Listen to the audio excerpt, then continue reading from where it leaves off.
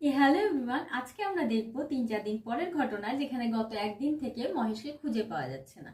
এবং আমিনা সারাদিন খুঁজে জানতে পেরেছে মহেশকে থানায় দেয়া হয়েছে, তার কারণ সে মানিক ঘোষের বাগানে ঢুকে সমস্ত কিছু তছনছ করে দিয়ে এসছে এবং খুব তাড়াতাড়ি তাকে গোহাটায় দেয়া হবে। এই কথাগুলি সে তার বাড়িতে এসে তার বাবা গফুরকে জানালে গফুর রেগে গিয়ে বলে দিগ্গে। কিন্তু এই গোহাটা বিষয়টা শুনে যে গফুরের এক্সপ্রেশন চেঞ্জ হয়ে যায়, এইটি বারবারই আমিনা লক্ষ্য করেছিল, যদিও সে জানতো না গোহাটা বিষয়টি কি।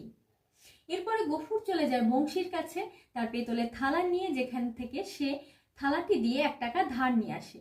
এই থালাটি বংশী কোনো রকম যাচাই ছাড়াই তাকে টাকা দিয়ে দেয়, তার কারণ এই থালা নিয়ে সে 5 বার টাকা ধার করে নিয়ে এসছে।